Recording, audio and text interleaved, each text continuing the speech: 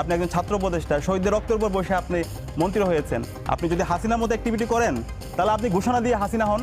তাদের শিশুসুলভ আচরণের কারণে আমরা এটাকে নষ্ট হতে দিতে চাই না। আমাদের আকাঙ্ক্ষা ছিল, আমাদের প্রত্যাশা ছিল শহীদরা যে জন্য জীবন দিয়েছে সেই প্রত্যাশার আলোকে একটি বৈষম্যহীন ইনসাফভিত্তিক বাংলাদেশ বিনির্মাণ করা, এবং সেই স্পিড আমরা দেখতে পেয়েছি জুলাই পরবর্তী সময়ে। এবং সে সময়ে আমরা যে অন্তর্বর্তীকালীন সরকার গঠন হয়েছিল সে সময়ও মানুষের এবং সর্বস্তরের মানুষের একই স্পিড ছিল। এবং শুরু থেকেই আমরা যখন ছাত্র উপদেষ্টা যারা ছিল তাদেরকে বলেছি, যেহেতু আমি আন্দোলনের শুরু থেকে 5 জুন থেকে 34 জুলাই পর্যন্ত নীতি নির্ধারণ এবং মাঠ পর্যায়ের সাথে সমন্বয় করেছিলাম, এবং যখন 1 আগস্টের দিকে আমাদের কাছে পরিষ্কার যে খুনি হাসিনা থাকছে না, তখন আমরা সরকারের ব্যবস্থা কেমন হবে সেটা নিয়ে আমরা তখন আলাপ করছিলাম। এবং ওই সময়ে 3 আগস্ট আমি ডক্টর মোহাম্মদ ইউনূস স্যারকে তখন তার সাথে যোগাযোগ করি তার ব্যক্তিগত সহকারীর মাধ্যমে। এবং 4 আগস্ট আমাদের একটা মিটিংয়েরও আমরা ব্যবস্থা করেছিলাম। আমি তখন আসিফ মাহমুদের সাথে আলাপ করেছিলাম, মাহফুজ এবং নাহিদ, আমরা 3 জন সহ ডক্টর মোহাম্মদ ইউনূস স্যারের সাথে বসার কথা ছিল।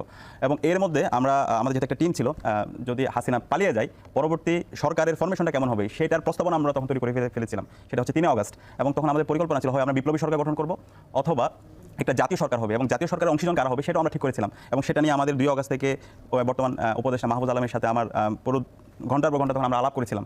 এবং ওই সময় আমাদের প্রস্তাবনা ছিল এখানে 3টা অংশীজন থাকবে। এর মধ্যে হচ্ছে 1990 সাল থেকে 2008 সাল পর্যন্ত যে নির্বাচিত যারা প্রতিনিধি ছিল ফেসিবাদের দূষর আওয়ামী লীগ এবং ফেসিবাদের দূষর ছাড়া 1990 সাল থেকে 2008 সাল পর্যন্ত নির্বাচিত প্রতিনিধি ফেসিবাদের বিরুদ্ধে যারা লড়াই করেছে তাদেরকে নিয়ে তাদের একটা রিপ্রেজেন্টেশন থাকবে। এরপরে হচ্ছে ছাত্রদের একটা রিপ্রেজেন্টেশন থাকবে এবং সিভিল সোসাইটির একটা রিপ্রেজেন্টেশন থাকবে, এবং এর মাধ্যমে একটা জাতীয় সরকার আমরা গঠন করব।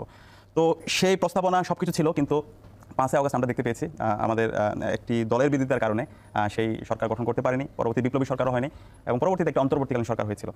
এই অন্তর্বর্তীকালীন সরকার গঠন হওয়ার পরে আমাদের মূল দাবি ছিল জুলাইয়ে যে গণহত্যা হয়েছে এবং গত 16 বছরে বাংলাদেশে যে ফেসিবাদী শাসন ব্যবস্থা ছিল এই প্রত্যেকটা বিচার এই স্বাধীন বাংলাদেশে হবে। এবং পাশাপাশি গত 16 বছরে আমাদের দেশে যে প্রতিষ্ঠানগুলো আছে সেগুলোকে যে একদম ভেঙে চুরমার করে দেওয়া হয়েছে, প্রত্যেকটা প্রতিষ্ঠানকে যে দলীয়করণ করা হয়েছে সেই প্রতিষ্ঠানগুলোকে নতুনভাবে আবার রিফর্ম করা হবে, নতুন একটা রাজনৈতিক কালচার ডেভেলপ হবে। সেটা আমাদের মেজর পলিটিক্যাল পার্টিস তাদের নিজেদের মধ্যে, পাশাপাশি আমাদের ক্যাম্পাসগুলোতে নতুন ছাত্র রাজনীতি আমরা শুরু করব। এর পাশাপাশি স্বাধীন যে কমিশনগুলো আছে সেই কমিশনগুলোকে আমরা ইন্ডিপেন্ডেন্টলি আমরা কাজ করতে দিব। তো সেই আলোকে আমরা বলে আসছি। এবং ওই সময় আমার এখনো মনে আছে 9 আগস্ট আমি নাহিদ ইসলামের সাথে আলাপ করেছিলাম, তখন দফায় দফায় আমাদের মিটিং হচ্ছিল মাহফুজ আলমের সাথে। আমরা তখন বলেছিলাম এই জুলাইয়ের যে বিপ্লব হয়েছে সেই বিপ্লবকে যদি আমরা প্রোটেক্ট করতে চাই অবশ্যই আমাদের একটা প্রক্লেমেশন ঘোষণা করতে হবে 9 আগস্ট 2024 সালে, 10 আগস্ট, এবং প্রতিদিনে আমরা তখন বলেছি। কিন্তু আমরা দেখতে পেয়েছি কি জন্য হয় না সেটা আমরা জানি না।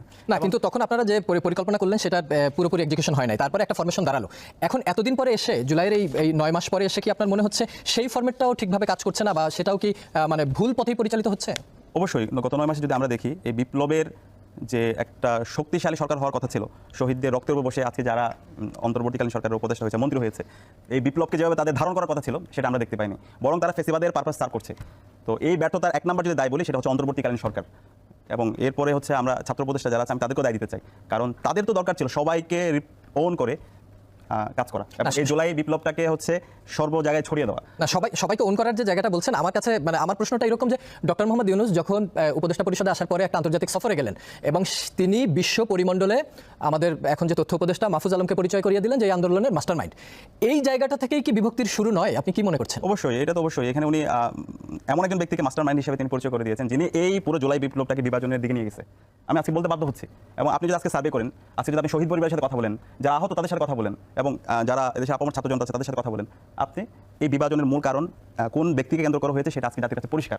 এবং তার সাম্প্রতিক সময়ে যে বক্তব্যগুলো, সেই বক্তব্যগুলো একজন উপদেষ্টা, একজন মন্ত্রীর এরকম বক্তব্য হতে পারে না।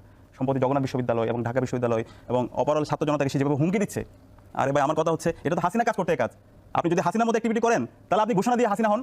আপনি বাইরে বলবেন যে হচ্ছে আপনি বিপ্লবী, আপনি একজন ছাত্র উপদেষ্টা, শহীদের রক্তের উপর বসে আপনি মন্ত্রী হয়েছেন, আবার আচরণ করবেন আপনি হাসিনার মতো। আপনি যদি বলেন হাসিনা তাহলে আমরা হাসিনার মতো আপনাকে ডিল করবো। হাসিনা যেভাবে আমরা লাত্তি দিয়ে হচ্ছে দেশ থেকে ভারতে পাঠিয়ে দিচ্ছি, তাহলে আমরা তার সাথে আপনার সাথে ডিল করবো। আপনি বাইরে খুবই সুশীল সাজবেন আর ভেতরে হাসিনার মতো আচরণ করবেন, সেটা হবে না। তো এখনো সময় আছে। আমরা এই 54 বছর পরে বাংলাদেশে যে ঐতিহাসিক সুযোগ পেয়েছি কিছু ব্যক্তির কারণে, তাদের শিশুসুলভ আচরণের কারণে আমরা এটাকে নষ্ট হতে দিতে চাই না।